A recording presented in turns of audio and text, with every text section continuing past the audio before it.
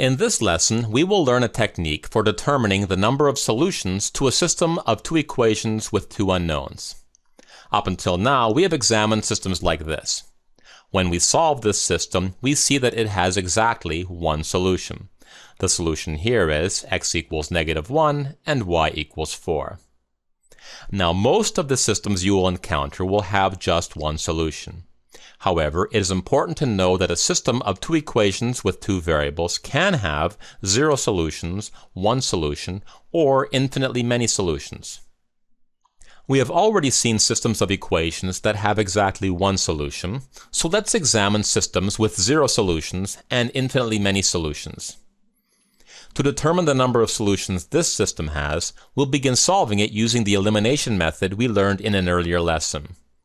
So we'll take the top equation here and multiply both sides by 2, and the bottom equation we'll leave as is.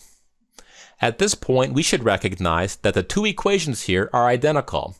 So we really have just one unique equation here, and we have already seen that one equation with two variables will have an infinite number of solutions. Another way to see why this system has an infinite number of solutions is to subtract the bottom equation from the top equation. To begin, we'll subtract 6x minus 6x. Now normally we would just say that the x's cancel out here. However, we can also say that 6x minus 6x is equal to 0x. Similarly, 4y minus 4y equals 0y, and 18 minus 18 equals 0. Now, as you might imagine, the equation 0x plus 0y equals 0 will have infinitely many solutions. So we can say that the original system here must have infinitely many solutions. Okay, let's try another example. Once again, we will begin solving this using the elimination method.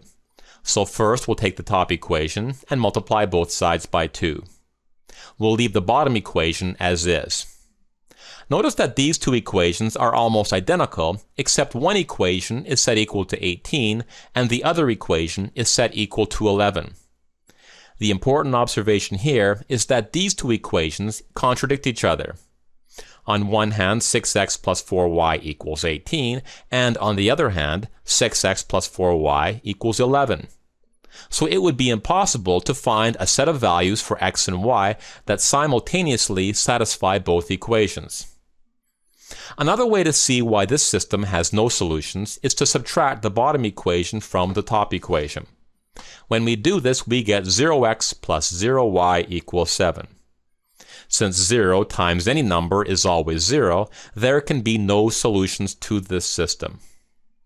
Okay, let's summarize.